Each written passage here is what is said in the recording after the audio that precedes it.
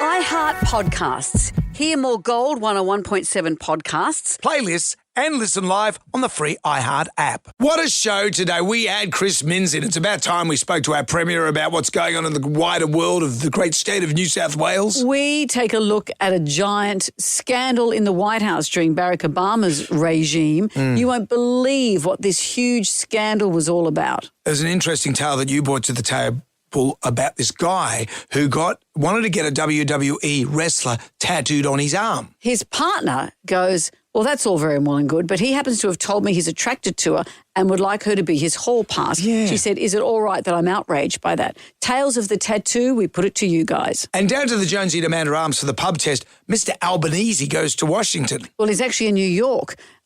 He's trying to get a private meeting with Donald Trump. Does it matter? Is it important? We'll put it to the pub test.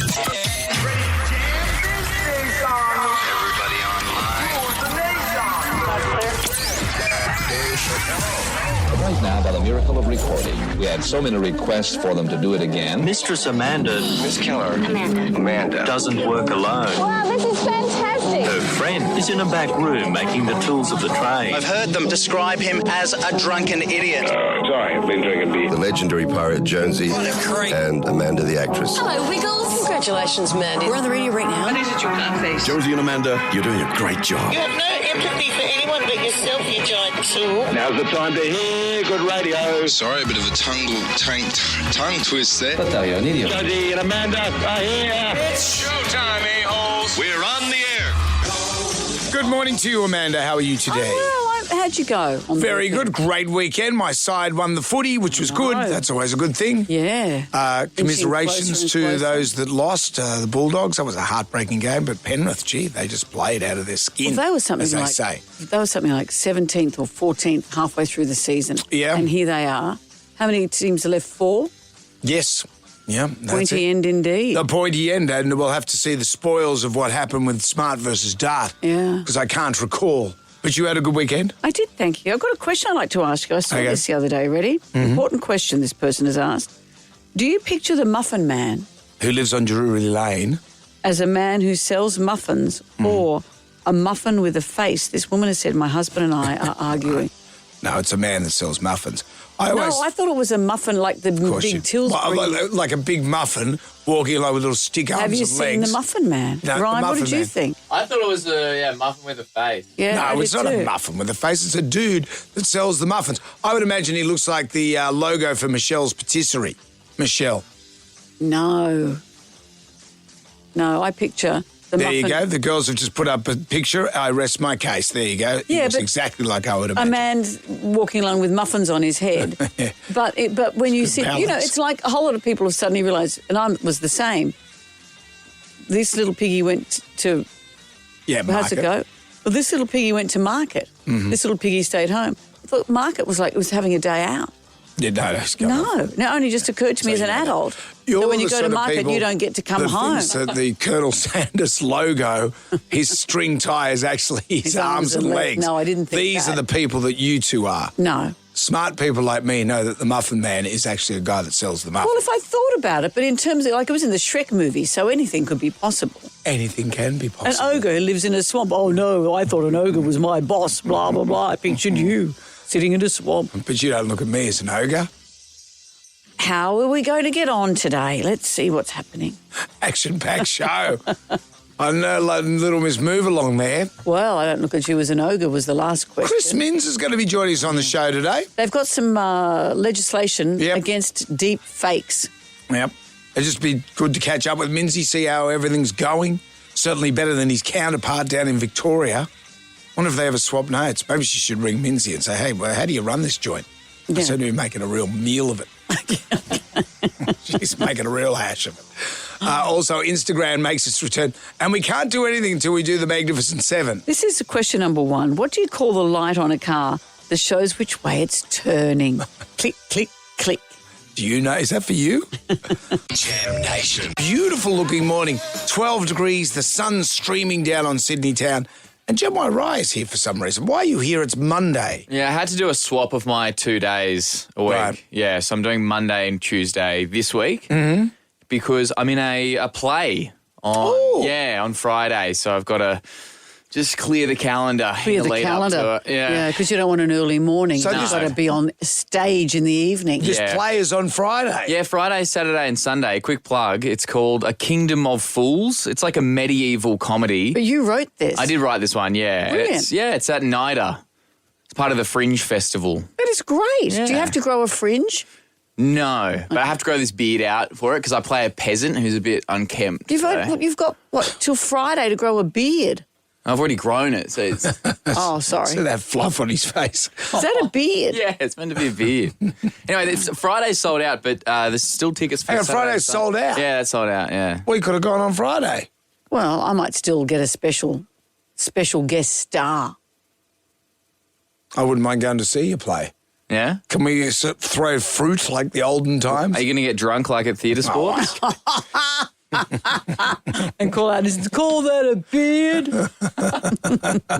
Let's get into the Magnificent Seven. 7 questions. Can you go all the way and answer all 7 questions correctly? If you do that, Amanda will say. I remember once seeing Grease the musical with you. It was in the round okay. or something. And at one point I looked down.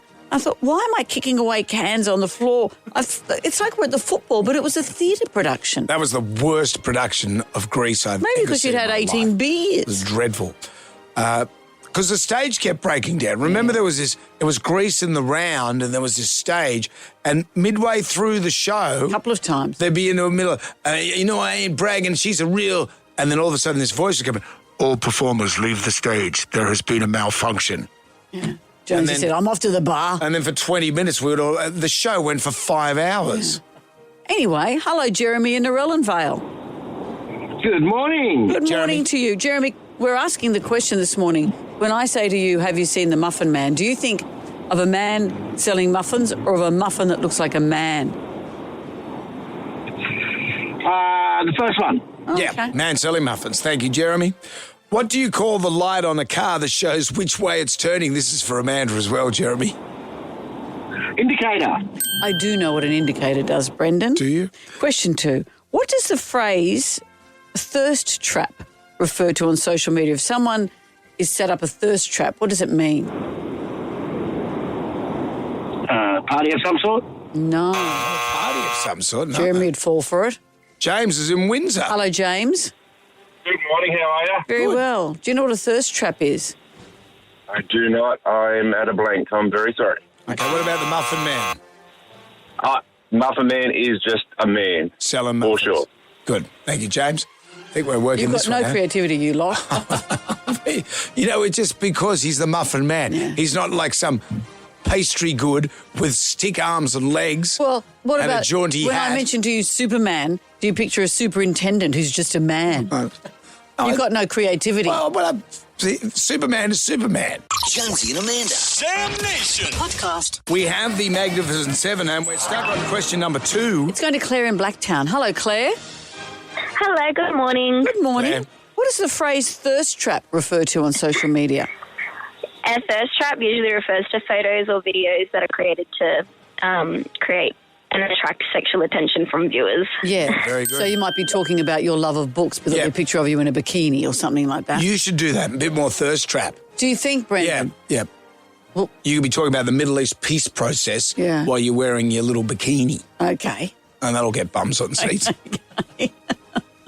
Mostly my own. Let's play the not-so-secret sound, Claire. Claire, what is this sound? Oh, A sneeze. That's a sneeze. big wet one too. AC/DC played one of their first ever Sydney gigs where, this is multiple choice, Claire, was it A, Checkers nightclub, B, Surf City, or C, Old Sydney Town? Oh my gosh, people are going to hate me for this one. I'm just going to go with, I guess, with B. B, Surf City? Surf City. No, not at Surf I thought City. you might have said the Comb and Cutter at Blacktown. But there's no shame in not knowing because this is a quirky question. It is. John's in Camden. Hi, John. How are you? Very well. So, one of the first Sydney gigs for AC/DC, was it at Checkers nightclub or Old Sydney Town? I believe it'd be Checkers nightclub. I think that was on George Street. Very It good. was the Inner West, wasn't it? Checkers was on George Street. Oh, am I thinking about Frenchie's Wine Bar, Midnight Oil, Oh, no, that was in Oxford Street. Yeah, but I think Checkers was George Street. What about Old Sydney Town, John? No one picked Old Sydney Town. How interesting. Question number 5. Veruca Salt, Augustus Gloop and Mike TV are characters from which story? Charlie and the Chocolate Factory, That's the definitely. One. The ICC is the global governing body for which sport, John? Cricket. Yeah, it's cricket. I feel like we're just wasting John's time Not here. at all. John's on a path to glory. Let's ask John this question, though. This is just an extraneous question. The Muffin Man, John. When you first hear the term the Muffin Man, like it was in Shrek, so it could be fanciful. Did you picture a muffin as a man or a man selling muffins? Man selling muffins. See, John is my kind of people. All Up Cronulla. Yes, Johnny, who won the NRL on Saturday night? John? Go the Sharkies. Go the Sharkies. Yep. Well, I tell you right now, if they beat the Storm in Melbourne on Friday night, they will win the grand final. Well, you've said that the last 2 weeks. You said if they beat Roosters, they'll win the grand final. If they beat Canterbury, they'll win the grand final. who are you? Canberra. Canberra, they'll win the grand final. So you've got them winning all kinds of things. John, would you agree with me there? Yeah, definitely. Okay, John. Definitely think you do it. John's ardor dropped off at the end. John sort of,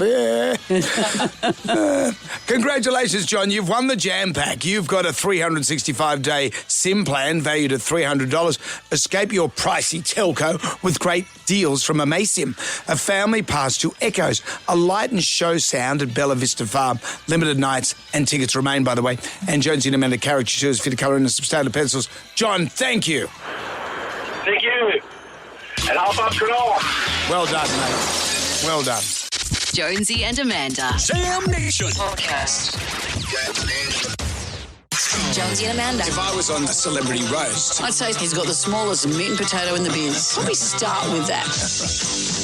thumbing through the Jalmanac, our big book of musical facts. On this day in 1991, R.E.M. released their song Losing My Religion. It still stands up today, doesn't it just? Last month, lead singer Michael Stipe, or Stipey as I like to call him. Of course you do. Sat down for an interview with Spin Magazine. They captured the moment. He listened to his own isolated vocals. Have a listen to the song. This is great. Oh, life is bigger. It's bigger than you, and you are not me. The lengths that I will go to, the distance in your eyes. I love hearing that stuff. Beautiful voice. Stipey found it a bit cringy, though. That's hard. It's still hard to hear.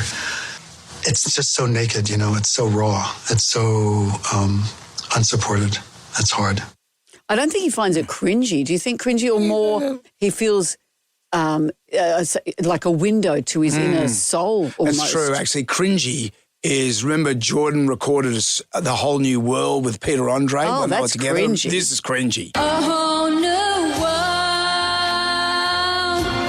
a dazzling place I never knew. So if they isolated her there. Way up here, it's crystal clear, but now I'm in a whole This is my favourite bit. world with you.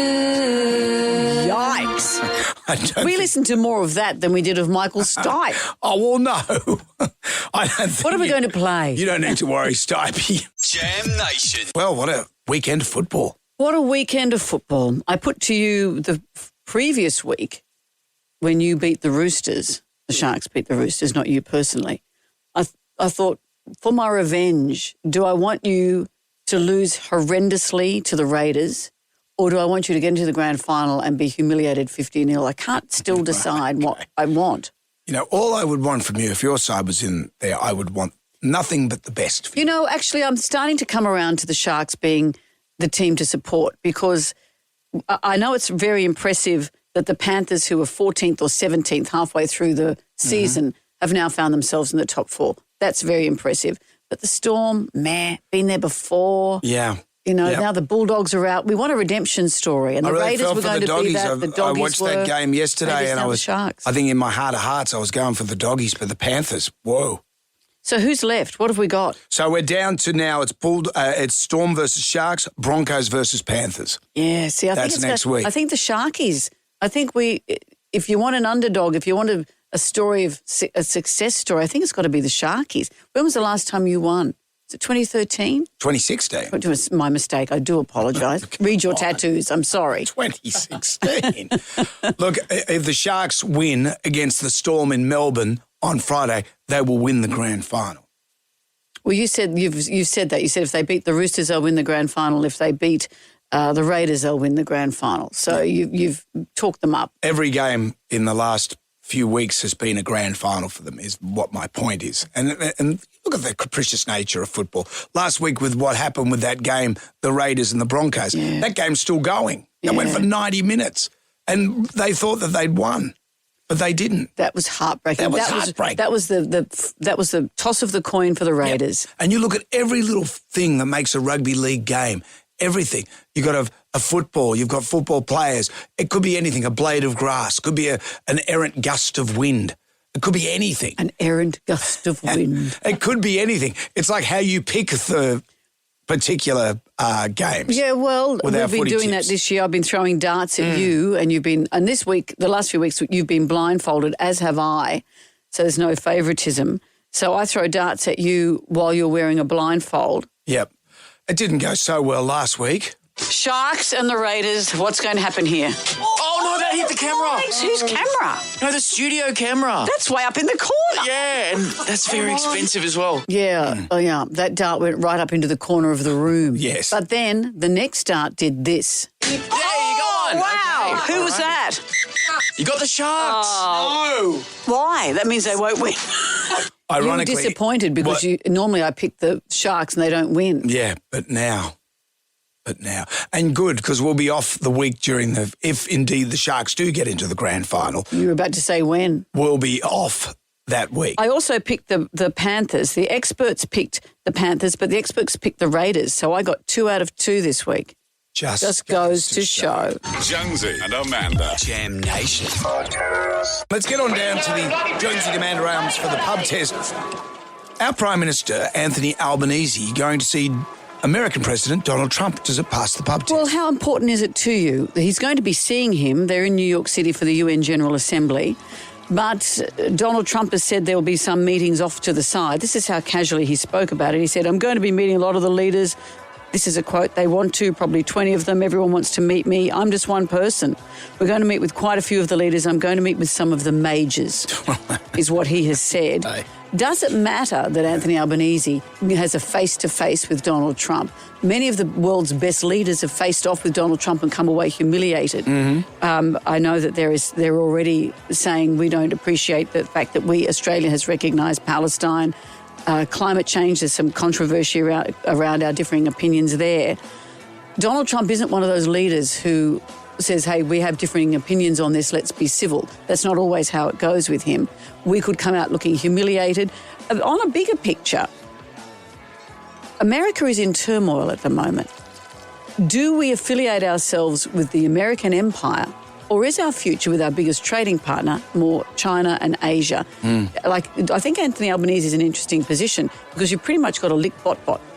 You have to all flatter. about licking bot-bot. It is, and you have to subjugate yourself to lick the bot-bot. And is it worth doing that? Well, what do? Do we go like New Zealand and sort of be a little bit sort of like greeny and, hey, we can do that? But Australia's a bigger country than New Zealand, so we are a kind of a player, but we're not a major player. The problem is because of social media, everyone's got an opinion now. It's like you cook at a barbecue and you got 50,000 people over your shoulder. I saw that. I saw your barbecue. There's nothing worse when you're cooking a barbecue and people suddenly come up and start telling you how to do it. Anthony Albanese is our Prime Minister, and for all I can tell, I think he's doing a fairly good job. But you look at the history of Prime Ministers, how many of our Prime Ministers have had a good relationship with the US President? Most of them have. Yeah, I know, but how, let's break that down. How many have had a close relationship? Not really many when you can think about it. Well, interestingly, we'd never know, because many of these meetings were behind closed doors, and then they do a bit of small talk and shake a hand. These days, Donald Trump likes to have it all out there on the table. So if he's going to humiliate you, if he's going to slag you off, we're all going to hear it. So, but is it important that we have that extra face-to-face with I think him? Albo, though, is diplomatic enough to get away with it. I think he's quite deft. Yeah. All right. Well, Anthony Albanese having a face-to-face meeting with Donald Trump. I think it's a big deal. I think Albo can do it, and he should do it.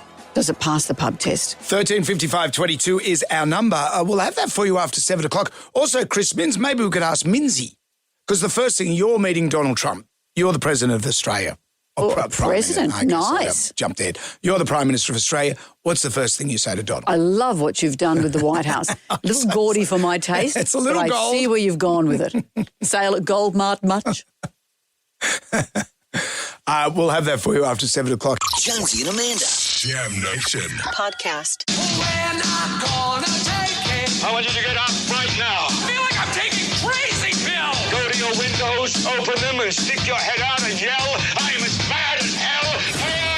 I'm not going to take this anymore. Down at the Jonesy and Amanda Arms, Mr. Albanese goes to Washington to see Donald Trump. Does this pass the pub test? I would say, well, yes. Well, he's actually already seeing him. It's the UN General Assembly in New York, but Anthony Albanese is trying to secure a separate meeting with Donald Trump. Donald Trump has said, this is a quote, we're going to meet with quite a few of the leaders. I'm going to meet with some of the majors. Are we one of the majors? Getting a meeting with him, you don't always come out the victor. You don't always come out having cordial conversation. Mm-hmm. Is America so important to us at the moment that we really need to be licking the bot? Because that's what you need to do with Donald Trump. You really need to flatter him. This is stuff that often would happen behind closed doors. But what does he have to, bend to his will? But that's what it all in front of our eyes now. That's what foreign diplomacy is. That's right, but it's usually done behind the scenes. If you go to the Middle East, you're going to all of that's done. Meet with any of those. Of course, people. but this is now played out on the big screen. Yes, and nothing is behind closed doors with this administration. Donald Trump Anthony Albanese securing a separate meeting with Donald Trump. Does it pass the pub test? Always had an important relationship with America, and they're vital for our security for Australia. So it's not even a question of it's important. It's critical that he meets with the American president and gets things sorted and creates a relationship with them, because we don't have one at the moment. No, I think you should avoid it. I think Trump is a moral disease, and you should stay away from any diseases. Yes, it does. He absolutely needs to have a meeting with him. Regardless of who our leader is and the United States president is, they always need to have a meeting. No, it doesn't, because how important is it for him to go over there to kiss Trump's ass? He's the most arrogant man in the world. We don't need a man like him. Trump, can't stand him. I reckon he's the most rudest man out. The most rudest man out. A great expression, the rudest man out. I'd walk into that White House and say, man, I love what you've done with the place. I can smell spray paint. Oh, is that your skin? See, that's why we can't go over there. No, we could not. We'd be out. We'd be in Abu Ghraib. Jam Nation. What are the things you say about the younger generation? You say about the dopes that run this city. That's one thing. The dopes that run the country. Yeah, and what's the other one? I kind of tend to lean into the mic and the mechanics. Every generation blames the one before. But what about looking down at the generation? Frustrations knocking on the door. But that's about your older generations. Yeah. What about the older generations looking down at the younger generations? For thousands of years, older generations have characterised younger generations as lazy, as entitled and as directionless. And I'll give you some examples of how this has been going for thousands of years. In 2001, how many years ago is that, 158? 24. Thank you. This is an article in Time magazine. There's a quote, "They have trouble making decisions. They would rather hike the Himalayas than climb a corporate ladder." In 1993, I'm going to work backwards through time. Oh, okay, this would be my generation, 1993. There's an article in the Washington Post. It's the first generation in American history to live so well and complain so bitterly about it. Oh. In 1951, this was an article in the Fairkirk Herald. Many young people were so pampered, nowadays they had forgotten that there was such a thing as walking. That's what they said in 1951. Yeah, because the car. Because the car. Well, the car became largely... Hey, man, I'm not walking anymore. I've got a car. I'm walking upright. 1933. Mm-hmm. This was the Hour of Decision by Oswald Spengler. You know him. He said, women painted like prostitutes, throwing off every kind of social restraint. All of these go to prove there was now the vulgar mob that gives the tone. Yeah. So that's what was said about young women in 1933. Well, this is after the suffragettes some time. And after women taking the reins during the war. Yep. And then now go back and just be my wife again. Yeah. 1925, this is an article in the Hull Daily Mail. That was It wasn't about Carl and Jackie O, interestingly. 1925, they said, an attitude on the part of young folk which is best described as grossly thoughtless, rude and utterly selfish. Was that the Roaring 20s? 1925. The flappers. And that was just after the war, after the pandemic. 1925 was a good year. What about 1843? What do you know about that year? Well. It was a very good year. This is the 7th Earl of Shaftesbury in his speech to the House of Commons. The girls who drive coal carts, ride astride upon horses, drink, swear, fight, smoke, whistle and care for nobody. The morals of children are tenfold worse than formerly. Yeah. In 1790, this is from the Reverend Enos Hitchcock. He said, the free access which many young people have to romances, to novels and plays, has poisoned the mind and corrupted the morals of many, a promising youth. So books were turning their heads. Yeah. Fairy porn was getting into them at that age. So I'm getting close. In 1624, this was a forecast against the evil times. Youth were never more saucy, S-A-W-C-I-E. This is like Chaucer. Youth were never more saucy, yea, never more savagely saucy. The ancient are scorned, the honourable are condemned, the magistrate is not dreaded. That's good. What does that, how does that translate? Well, meaning that they have no respect for the tenets of the ye law. olde talk is not It's as not good. great? I long for the days when they used to have ye olde shoppy. Why don't they have that anymore? Well, how about this one? This was, how about we go to the 4th century BC? You're looking at the clock. I'm just going, how long is this going to go for? 4th century BC. This is from Aristotle. Heard of him? Yes. Jonesy's a pain in the ain, he said. Isn't that interesting? It says Goff looking at the sundial while his partner doth talk. It says young people are high-minded because they have not yet been humbled by life. They think they know everything and they're always quite sure about it. Well, I've got one more. This is from Horace, not the giraffe. Who's Horace? No, the that giraffe? was Harold. That's Healthy Harold. Okay. Well, this is unhealthy Horace in the 1st century BC. The beardless youth does not foresee what is useful, squandering his money. Yeah. So it just goes to show that every generation has sneered at the younger generation for not being good enough. Once again, can we circle back on Mike and the Mechanics? No, you've got it wrong. Just played that That's song. looking at older generation. No, every generation blames the one before. You can either use that or Billy Joel's We Didn't Start the Fire. Or we could use history through song. Yeah. You could have your teaching and your books. Or you could just play Bon Jovi. What, keep the faith? Whatever. Oh, we better look at the clock and wrap up what you're saying. You are. You're looking at the clock when I talk. You talk for as long as you want. I'll sit over here. I was. And you looking at the clock and rubbing your face. But the other way around. Don't waste time. Talk, Brendan. Wrap this up, for God's sake. Look, are you razzed because why? Because Chris Mintz is joining us. Yeah, I'm razzed because Chris Mintz is joining us. Jonesy and Amanda. Sam Nation Podcast. It's so easy. Josie's always knocking Amanda. He gets the friggin' dot. And Amanda always knocking Josie. I hate you. I hate you. I'm going to miss Smart versus Start. I know, we've only got a couple more weeks of that. I'm so going to miss it. What happens if the Sharks get into the grand final? Have you thought that far ahead? Well, we'll be away that week. Well, I throw 2 darts this week. Let's predict the grand final.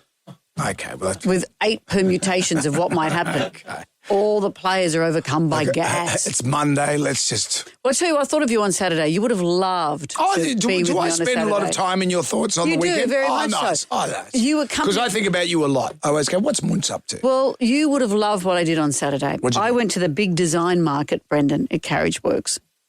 You would have hated it. You would have hated every single... This is my version of a boat show. Boat shows are great. Yeah, but this is my version of that. This is where it's a really fantastically curated arrangement of... have a look at this jacket I'm wearing. Look at that. Yep. Okay. It's a denim jacket that has been customised with this incredible embroidery on the back. And I've bought one from her before, this same designer there. How much was that? the same designer there, I'm not answering your questions. What that cost me? The same designer who takes like army fatigues and embroiders incredible stuff on them. She's there. There's a whole lot of gorgeous pottery. There's food.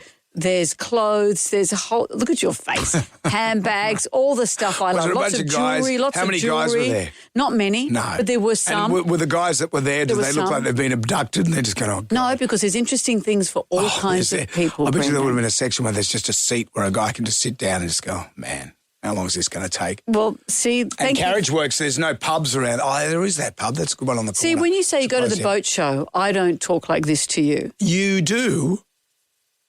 You do. What were they wearing? Was it summer I could do a dance?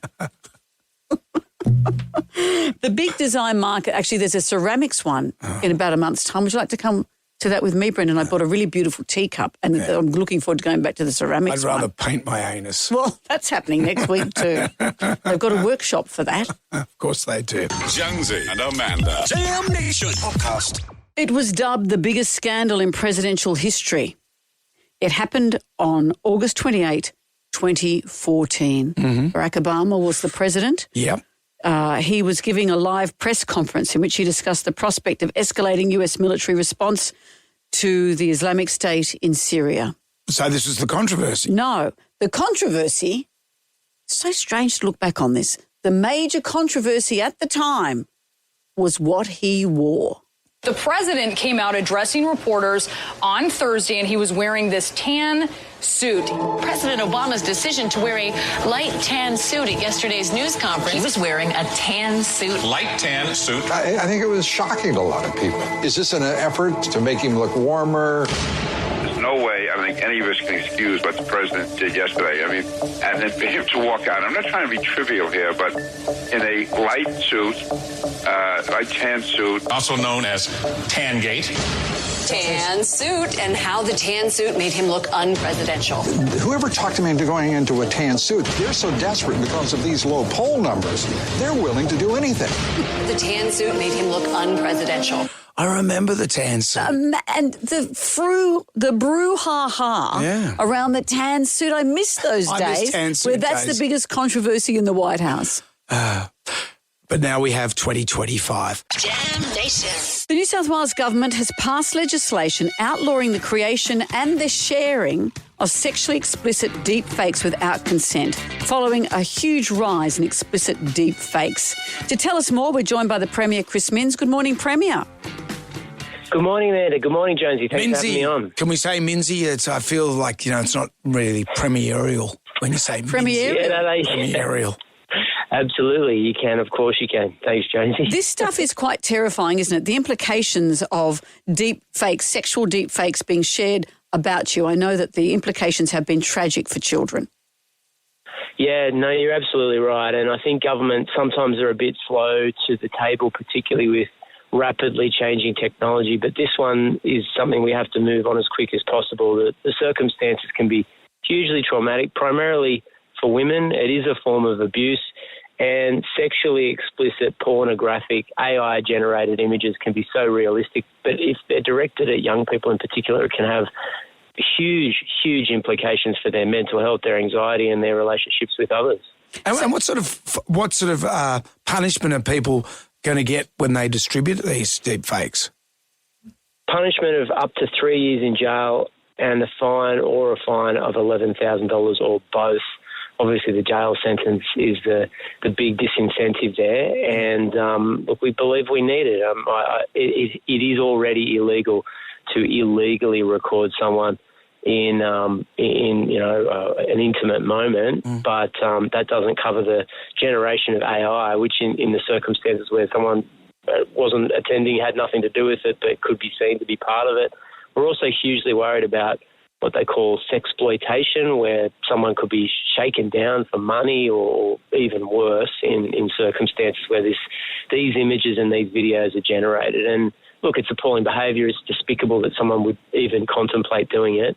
But we know the implications once the images and the video are generated are hugely traumatic for people. Yeah. It's interesting that and the punishments for the creators of the content, but those who also share it. So if that's on your phone and you send it to your mate, you are also liable. That's right, and I understand that that may not be commonly understood, but the generation of these images needs to be shared by somebody.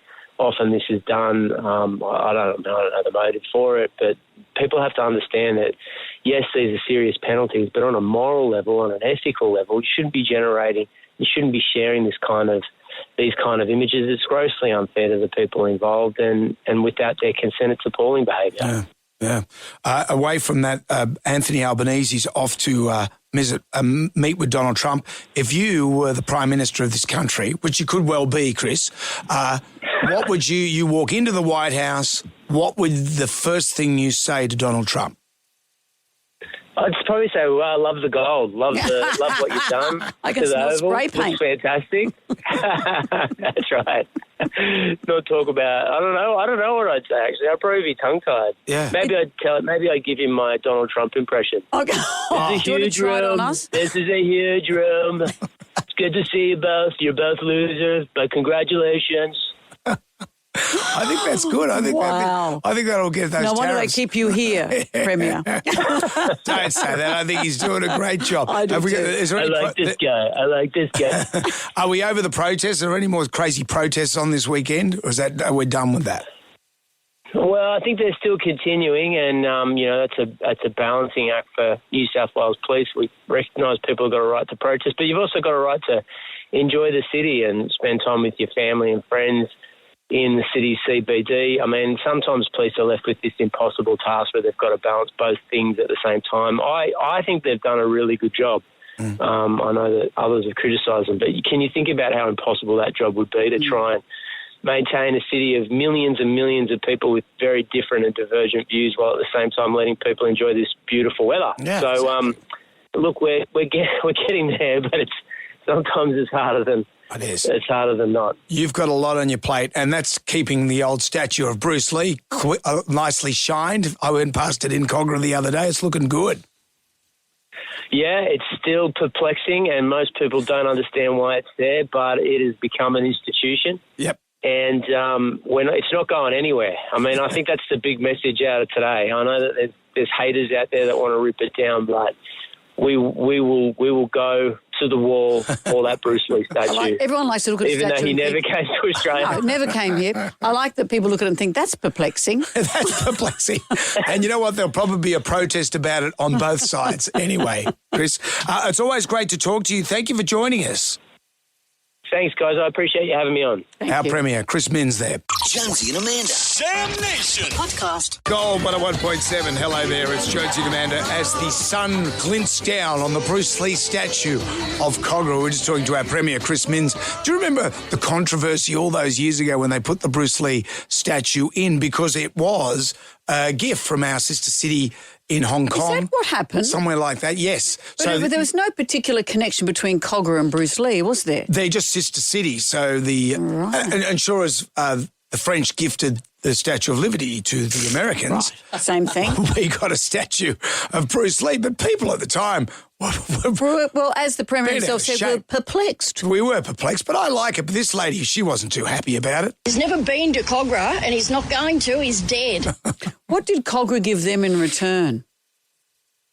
Who's a famous son or daughter of Cogra? Clive James. Statue of Clive James. Yeah, well, actually, maybe we should have sent them a statue of Clive James. A middle-aged sort of funny guy. Yeah, well, yes. I know you're a big fan of his. You weren't? Oh, it's just like, I liked him. I appreciate his kung fu movies were terrible. I appreciated Clive, and it's bad to speak ill of the dead. He is dead, isn't he? Yeah. Jam Nation. Doing it for the gram right now. Who wants some free money? Instant. Going cash. Moolah. I like the sound of that. Jonesy and Amanda's Instagram. Making radio competitions great again. Instagram is here. 10 questions, 60 seconds on the clock. You could pass if you don't know an answer. We'll come back to that question if time permits. You get all the questions right. Happy days, $1,000. You can turn into happier days, $2,000 by answering a bonus question, but it's double or nothing. It's been some time since it's been fed. Do you think we should do it with Mark today? Let's do it with Mark of San Susi. Hi, Mark. Morning. Good morning. You feeling lucky today? I'll need the luck, so yeah, fingers crossed. Well, let's see what we can do. 10 questions, 60 seconds. Say pass if you're not sure. We usually have time to come back. All right, Mark? Thank you. All right, Mark, here we go. Here comes question number 1. What day of the week was it yesterday? Sunday. Question 2. Springfield is a town in which cartoon show? The Simpsons. Question 3. How many strings does a violin have? Pass. Question 4. What does the online store Pretty Little Things sell? Clothing. Question 5. What type of food is a durian? It's a fruit. Question 6. Rob Thomas is the lead singer of which band? Pass. Question 7. Anthropology is the study of what? Oh. Growth. Say again? Growth, body parts. No. Oh, anthropology is sort of humans. Evolution, bro. Yeah, and humans and our time through history. Oh, okay then. Yeah, I'm sorry. Yeah. How many strings That's does a okay. violin have? If you would have guessed, what would you have said? I would have said 4. Yeah, it was 4. And Rob Thomas is the lead singer of... Oh, I can't remember. It's not Blink 182. No, Matchbox 20. Yeah. Oh, Mark, you did well, but I'm sorry, that's where it ends. That's a string to your bow. Oh, terrible. Thanks for the opportunity. Well, that's all right, Mark. Thank you for being so great. Jonesy and Amanda. Jam Nation podcast. What about this story? This woman has gone to Reddit saying, am I overreacting? There's a whole page devoted to people asking questions, am I overreacting? Half of them are from me. But this one was interesting. She said her boyfriend wants to get a tattoo of a WWE wrestler, a female wrestler. He wants her likeness tattooed, plus a spot on there, an opening as it were, for her to sign his arm so he can get that tattooed. Now, the thing is, she said, is it unreasonable for me to feel a bit off about this? Because he says it's a representation of his interest in wrestling. But she said he's also mentioned before that this woman is his hall pass. Oh, okay. You can't do that. What's he, crazy? I like one of the comments under here. You should get the name of your hall pass tattooed on your lower back to represent your interest in shagging another man if the chance came up. Yeah, you don't want that. Which is pretty much what it is. Yeah. Portrait tattoos. Ooh, I don't know about portrait But also, tattoos. can you have an opinion on your partner's tattoo? Yes, definitely. Can you ask them not to get one? Yeah, I think so. My skin, my body. I think so. Picture of Chris Minns on your back. Is that what you want? Well, I don't have tattoos. Harley doesn't have tattoos. No, I missed the tattoo boat. I was going to get one, but then the guy said, well, you've got to have an appointment, mate. You just can't just show up. And I was 18. And as I being an 18-year-old, I just lost interest with it. He said, come back in a month. And then within the month, I lost interest and something else had happened. So, as my friend says, that's what your pencil case is for. Because if you look back at what you had drawn on your pencil case, imagine that as a tattoo. Imagine that being your whole life. Yeah, that's true. My sister-in-law... Rodriguez, that's what I'd written on mine. My sister-in-law got a tattoo. She wanted to get a tattoo of a rose on her thigh, but the pain was such she couldn't go through with it. So the guy only could just put a little leaf on there. So there's this tiny, tiny leaf. Which Does it look good? No, it looks like a varicose vein. Oh, well, you don't say that, I'm hoping. You have, I can tell. Looks like a varicose vein. So what's happened here? We've done this before and we love it. Tales of the tattoo. Yes. Dude, what does my tattoo say? Sweet! What about mine? Dude! And repeat. That old thing.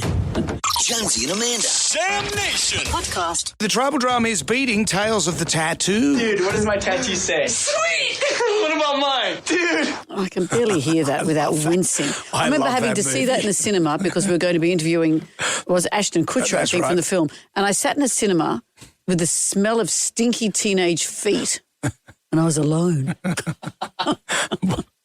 Warren. So irritating, that And film. wasn't Ashton Kutcher a douchebag in the interview? No, the first time I met him, he was so lovely. Then he turned got into a douchified. DB. Yeah. Warren has joined us. Hi, Warren. How you going? Very well. Tell us about the tattoo. Is it your tattoo? Yeah, it was actually. I drew the tattoo myself and got it all sketched out on paper. And then I said, I might as well have this tattoo because I was bored. And it went from midsection, from the stomach, underneath the belly button to the top of the chest of a cobra with bamboo, rocks and all that behind it. Yeah. And it symbolised my yoga experience. I've been doing hatha yoga for 26 years, and it symbolised my katra, etc., which is standing up. Right. I go in for this major surgery, which was emergency surgery because I was nearly dying, and they cut me open from the bottom of the belly button to nearly the bottom of the chest, opened me up like a book, and ripped all my organs out and fixed me up, and then put them all back in, but left my tattoo with this whopping big scar from head to toe. Oh. And, yeah, it just destroyed it. Literally destroyed the tattoo. That's what you don't think about, that how it can be altered. You'd never ever thought for a second that they could alter that. Have you thought of getting the scar part tattooed? Oh, no, because I'm having problems with the scarring. It keeps reopening up because it was... Yeah, because they've left me in a bad way. Like, I know this is the hospital story, but I had sepsis and all sorts of problems after. Poor thing. Yeah, and because of that, it's literally destroyed the tattoo, because what's happened is where they operated, it's distorted my stomach a little bit. Yeah, right. Because they took some of my stomach out. And, So the cobra's all strangely shaped now. The cobra's a mess. And they even actually said it to me, you know, like they didn't tell me because it was emergency surgery because I got put in a coma, so I had no choice of what they did to me. I basically came out of the coma and then they've already operated. And then, basically I had 72 staples going up the centre of the cobra. Wow. Jeez, it looked kind of tough though, Warren. I must say you have a story to tell about your tat now, Warren. Oh, they made a mess. It's the only tattoo I got. I've got no other tattoos. Out of all the places, I've got one tattoo and you wrecked that one. Yeah. All right. Oh, well, I'm glad your health is good. Is it good health now? Oh, no, they've wrecked that too. Oh. They've shortened my life. And I went in for a minor surgery. They wrecked that surgery. And then I went home and it all erupted and I ended up in a coma. I was dead for a period of time. Oh, my God, Warren. Yeah, it was a bit of a mess. And now, they've shortened my life. They've wrecked it. Put a stoner bag on Warren. me. Oh. Warren. Warren. Are you back at the yoga? I'm having trouble bending. Oh, of course you would be. I'm having a lot of trouble. Like, I can do certain things, but I'm having a lot of issues getting back to the way I was, I will admit. Oh, Warren, look, I'm sorry for what you've been going through, but thank you for sharing. If anything, I think you're our man of the match today. Yeah, thank you for sharing the story. We Warren, appreciate thank it. you, and good health to you. Jonesy and Amanda. Sam Nation Podcast. Yes, it's play with Brendan Jones. Brendan, what have you done? And Amanda Keller. Have we got delay on in case Amanda swears? Bad Amanda. A dude wants to get a WWE wrestler tattooed on his arm. I'm presuming it's his arm. Well, his partner has said he has mentioned to her before that this woman would be his hall pass. So she says, am I overreacting and feeling a little uncomfortable about this? And he wants to leave a space on the tattoo where she can sign it. Then he'll get that tattooed over. And then, you're opening up a gate there. I'd be concerned about that. Yeah. The tribal drama, at any rate, is beating Tales of the Tattoo. Dude, what does my tattoo say? Sweet! What about mine? Dude! I got to watch that movie again. No, you don't. Hello, Anna. How are you? I'm good. How are you guys? Very well. Are you telling us about your tattoo? Yes, I did get it a while ago. So it was 25 years ago when I celebrated the end of my university studies, and my flatmate and I, late at night, designed something, and I was like, I really miss the beach because I went to a study in the country, and I was like, let's just represent how much I miss the beach. So there's a little wave and a sun, and then I went to this hurly-burly tattoo place, which was in the country town where I went to uni, and the guy laughed at me at start and said, well, I'll have to charge you the minimum, doll, because it's not much. And I went, yep, sure.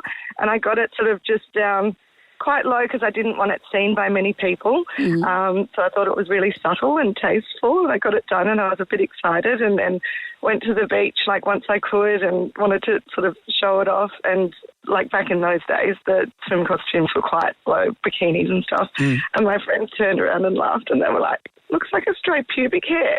Oh, no. The waves look like a pubes. Yeah. It's just one simple line, which I thought was really tasteful, but then the more you look at it, you're like, I did get an interesting spot. That's a lesson to the kids out there finishing up uni, which is happening soon. Think about your tattoo and where you're putting it. Yeah. And then 2 babies and an emergency Caesar later, it definitely doesn't look like anything. That beach has been destroyed. Eroded over time. What a slice of life. Thank you. Jonesy and Amanda. Jam Nation. Podcast. A major milestone had to do a bit of babysitting of the little baby on Friday. First time looking after your son's son. For everyone. On your own. Well, you and Helen on your own? Yeah. Oh, my daughter came around. She felt that she had to be a part of this action as well. I said, it's not a poker game. It's funny, though, that... I said, as if we're going to leave the kid walk up on the roof or something like that. Well, now you've said the words out loud. Everyone's a bit anxious. I tell you what, there's a lot, and I've raised 3 children, but it's been some time since they were little. And when they're an infant, you just got to watch them all the time. It's exhausting, isn't it? And, we're applauding him and I'm giving him little rocket ship and then blowing bubbles, they bubble. Did you have time to do any of that when you had your own? I think as grandparents, that feels different. It does. Even saying the word grandparent, that seems weird in itself. I'm still coming You're used to the concept, surely. Yeah, but usually you think of some old coot, with no teeth. Did they give you a list of things? No, very good with that. Because every time a grandparent's left to look after the baby, they go, I know how to do it. But parents are saying, well, let me tell you how I like to do it. And you have to let them tell you that. It's true. My generation, when we were having kids, our parents felt that they were entitled to tell you how to raise the kids.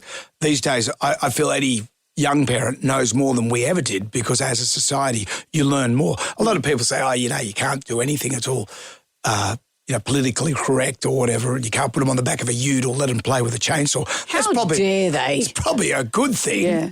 Because we lost a lot of kids back in our day. But also, modern parents have read up, and like to do things a certain way. There are social media influencers as well that make you judge yourself as a parent. But you, as a grandparent, and Anita is also, recently a grandparent, or 2 years ago, she's had to do the same thing, allow herself to be told by her son how he'd like her to There's be. something great about it, though, when you look into his little face and, it's part of your... Yeah. There's something DNA-ishly wonderful so about it. DNA-ishy. Yeah. And you know what? I think he digs me. I get a vibe. When he sees me, his little face lights up. Here's the fun. You know what I mean? Here it is. Starting already. You say that about your daughter's dog. You say that about... Same. Actually, remember you told me you thought the dog was a reincarnation of your father. Yeah, well, might have had a few beers. I think I've got Farnham syndrome. What's that mean? Everyone loves me. Yeah, you dogs do. love me. You think kids love that me. everyone loves you. Like Farnham. No. Everyone loves Farnham. Everyone does love Farnham. Anyway. Particularly around here. Jam Nation. Everybody shout! Come on now, sing out! It's time for the ghoulies get together. We have $20,000 to give away to our favourite ghoulie of the year. Indeed. What have we got today? You know what gets my ghoulies? Back in the old days, we used to ring up the ghoulies hotline. And now I have to download a silly app just to be able to complain about stuff. I used to love hearing the voicemail of Jonesy and Amanda. It was beautiful. That's what gets my ghoulies. Do you think that's his real voice? I don't know. You've got to have an app to use a hammer these days, mate. I know. Welcome to the world. That's right. An app to use my hammer app. What else? My ghoulie, ghost button pushers. You know who you are. You stroll up to the crossing, slap that big shiny button like you're on Family Feud, and you don't even wait for the little green man. Seconds later, light turns red, car stop, nobody's there. Push it with purpose. I hate there's nothing worse. You're driving along and then all of a Johnny Fool pedestrian has pressed the button. I'm often buggered off. I'm often that person. You're that person. That's an excellent ghoulie, and I know what you mean, but sometimes I'm that pedestrian. You're very pedestrian. That's what people are saying. Are they? Yeah. Who's saying that, Brendan? Out with the bad, in with the good. If you dipped out, it doesn't matter. You can always contact us via the iHeartRadio app. It's 7 to 9. My favourite caller, email or Facebook friend wins a double pass to the Red Hot Summer Tour. Woo. Paul Kelly, Missy Higgins, many more yet to be announced. They're all waiting to be unleashed. This is a story you brought to the table. A woman has taken to Reddit to discuss her tattoo her partner wanted to get. It was a tattoo of a WWE wrestler, but he'd mentioned previously that she was his hall pass, which made her very uncomfortable. Tribal Drum was bidding for Tales of the Tattoo. Dude, what does my tattoo say? Sweet! What about mine? Dude! Warren from New South Wales told his story of his tattoo. He had a very detailed tattoo that he designed himself, a cobra with a whole lot of background stones and things, all the way up from his groin to the top of his chest. And then this happened. I go in for this major surgery, which was emergency surgery because I was nearly dying, and they cut me opened me up like a book and ripped all my organs out and fixed me up and then put them all back in, but left my tattoo with this whopping big scar from head to toe. Yeah. Big snake on your chest. That's what you don't think about, is it, when you get a tattoo, that it's going to look weird if you end up having surgery? Think about that today as you head off to the local tattoo parlour. Righto, you two. That's enough. We will be back again tomorrow for Tuesday's show. Higo has arrived. $10,000, 24 hours. Gold 101.7's below 10K in a day is back after 9. And we will be back from 6 to 9 for Jam Nation. We will see you then. Indeed. Good day to you. Well, thank God that's over. Goodbye. Goodbye. Wipe the tears, baby, from your eyes. Catch Jonesy and Amanda's podcast on the iHeartRadio app or wherever you get your podcasts.